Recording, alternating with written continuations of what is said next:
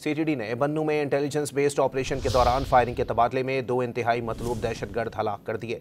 CTD के मुताबिक हलाक दहशतगर्दों की शनाख्त राशिदीन उर्फ मलंगियार और खालिद उस्मान के नामों से हुई है। ऑपरेशन के दौरान असलहा और गोला बारूद भी बरामद हुआ। हलाक दहशतगर्द सीटीडी एहलकारों की शहादत के हमले का मास्टरमाइंड था। दहशतगर्द पुलिस पर मुत्तादिद हमलों और टारगेट किलिंग में भी सीटीडी को मतलूब थे। दहशतगर्दों के फरार होने वाले साथियों की गिरफ्तारी के लिए इलाके में सिक्योरिटी फोर्सेस का सर्च ऑपरेशन जारी है। सीटीडी ने बन्नू में इंटेलिजेंस बेस्ड ऑपरेशन के दौरान फायरिंग के तबादले में 2 इंतहाई मतलूब दहशतगर्द हलाक कर दिए। सीटीडी के मुताबिक हलाक दहशतगर्दों की शनाख्त राशिदीन उर्फ मलंगियार और खालिद उस्मान के नामों से हुई है। ऑपरेशन के दौरान असलहा और गोला बारूद भी बरामद हुआ। हलाक दहशतगर्द सीटीडी एहलकारों की शहादत के हमले का मास्टरमाइंड था।